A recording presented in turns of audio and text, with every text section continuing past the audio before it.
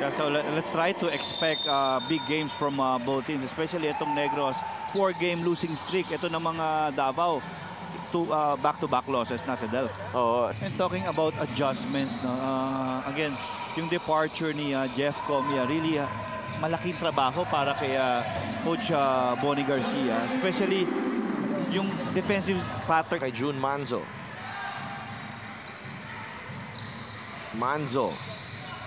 Nabong is open for 3. Yes. Favorite spot. All smiles from Kelly Nabong. It's a kick ball. No call. No call. Nabong on the move. Good Drop pass to Arana. Thought. And you know, Renz, talagang if you talk about green light, in their last game, he was 9 out of 23 from the field.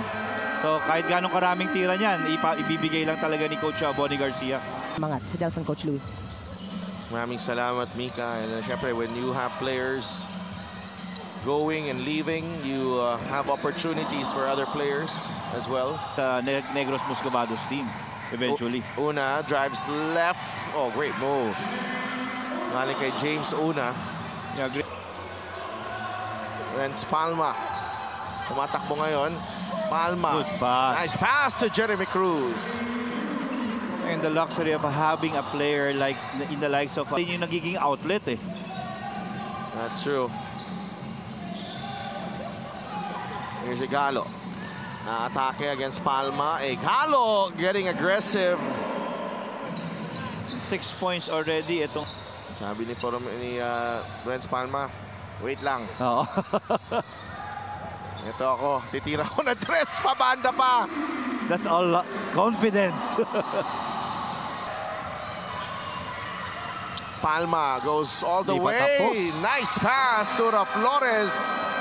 And it's Renz Palma putting on a show here. Yung pagpakondisyon niya dito. Oo, and this guy, si Pio kasi deceiving eh.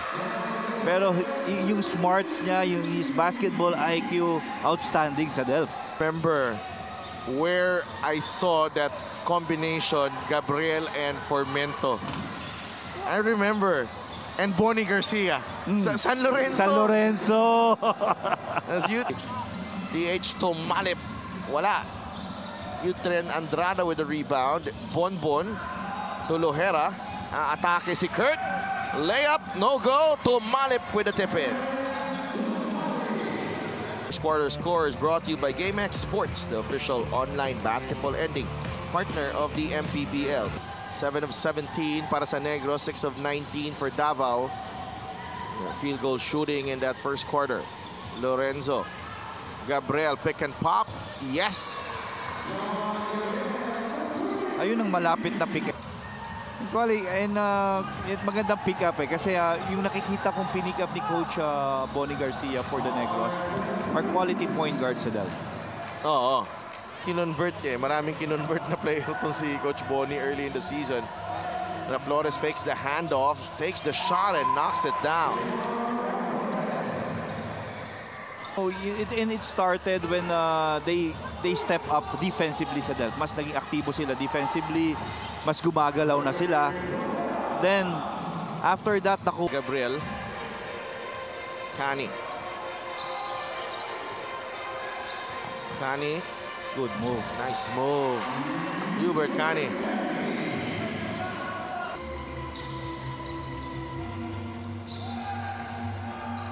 Bonbon. Double team. Binigay kay Lohera. From outside. Could not get the bounce. B-Boy Engio on the putback. Flores nakuha ang rebound. Hey, you like the activity down low, no? Oh, Palma. Flores on the putback. 6. And we're tied at 27. Baila. Drives right at Flores. Natapikan ni Ramos. Here's Engio over Ramos. And that starts well. Tuloy-tuloy ito kasi streak shooter itong player na ito. Tabay will pull up off the glass and in. Basic. Si Kurt naman, dadali niya na sa kaliwa. Flores, he'll step into this three and knock it down. And again, I think, ayun yung...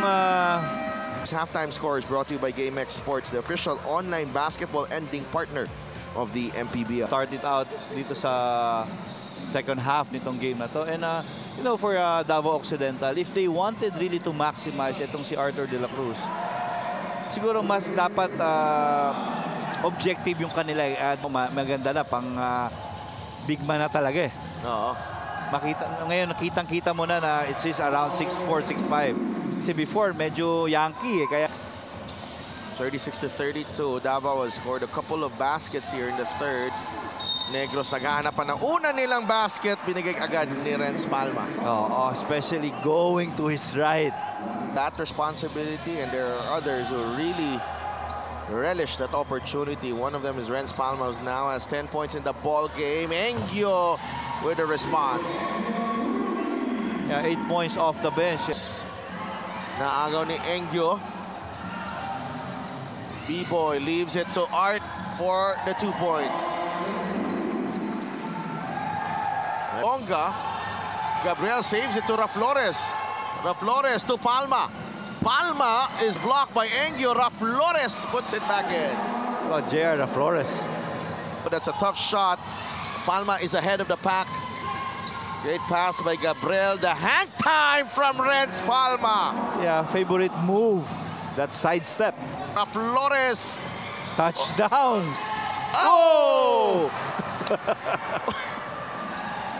Bakit? Ighalo on the other end with a strong finish. And you know, every time that happens, you know, Manzo back the other way. June Manzo with the finish. And that's a guy that I think with yung key losses nila really needs to step up and play consistently. Itong si June Manzo. Well, Hubert Cani was just looking for that free throw line kasi doon talaga siya titira. And he knocks down that jumper. 46-43. De La Cruz with a reverse. 10 puntos na para kay Art De La Cruz. Cani to Palma. Palma. Three-pointer. Pasak yan. Feeling it. And you know, with ayan na naman. Bicol on the run. Negros on the run. And Renz Palma, one of the finest finishers in the open court. What we've seen a lot in this game, Sadelf, is after rebound, parang isang player na lang yung nakakahawak ng bola all the way to the basket eh. Oo, Baila able to score. Third quarter score is brought to you by GameX Sports, the official online basketball ending partner of the MPBL. But Tumalip, Baila will make his move. Baila Good inside. defense there by Atabay. Nabong, couple of fakes, and Kelly Nabong puts it in for 2. 7 points. As Lohera misses the layup. Nabong inside. Kelly. 9 points para kay Kelly Nabong. Pangalawa na yan, Sedel. Yung linggo, wala. Raflores, no. Una, blocked. Palma gets the loose ball and will lay it in for 2. Grabe yung sequence na yun for don't go. Palma to Una. James Una will lay it in. Parang point guard What a Dingo right in front of him. Manzo got the step. The kick out to Ighalo. great defense by the Muscabados. Manzo puts it in for 2. Not a shot. Ighalo against Palma. Gets it to Art De La Cruz. The jumper is good. And again, especially if you have guys like Art De La Cruz all throughout this game. But actually, parang mas effective siya na ganun eh. Oo naman, Sedel. Longa with the runner. He'll get the bounce. Balik sa 6 ang kadamangan ng Davao. That puts Davao at 12 of 20 from the free throw line. Renz Palma attacks middle, and he'll get the roll on that teardrop. Bonbon Custodio, Kurt Loreja, si Tumalip, Kelly Nabong, and Baila. Nag-iba na itsura sa Delphi. Picks up his dribble. Una gets the loose ball. Side Una step. with a move. A sidestep. Beauty galing kay James Una. Ay, kung saan sila pupunta. Manzo the drive. Watch out, Kenneth Ighalo. Manzo is open. 3. Wala. Baila with a rebound. No. Foul.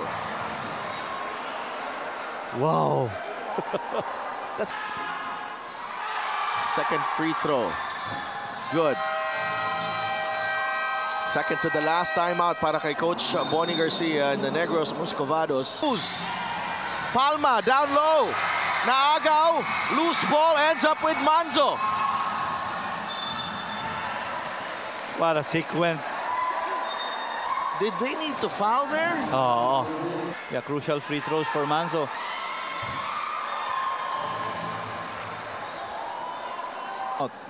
So most likely, Jun Manzo makes the shot. There. And Kenneth Ighalo immediately at Hubert Cani's grill. Cani, So most likely, you're gonna switch this everything. that's short. Tumalip gets the loose ball. Baila to Manzo. And Negros will fall short against the Davao Occidental Tigers. The final score is brought to you by GameX Sports, the official online basketball ending partner of the MPBL. Basta ending, GameX.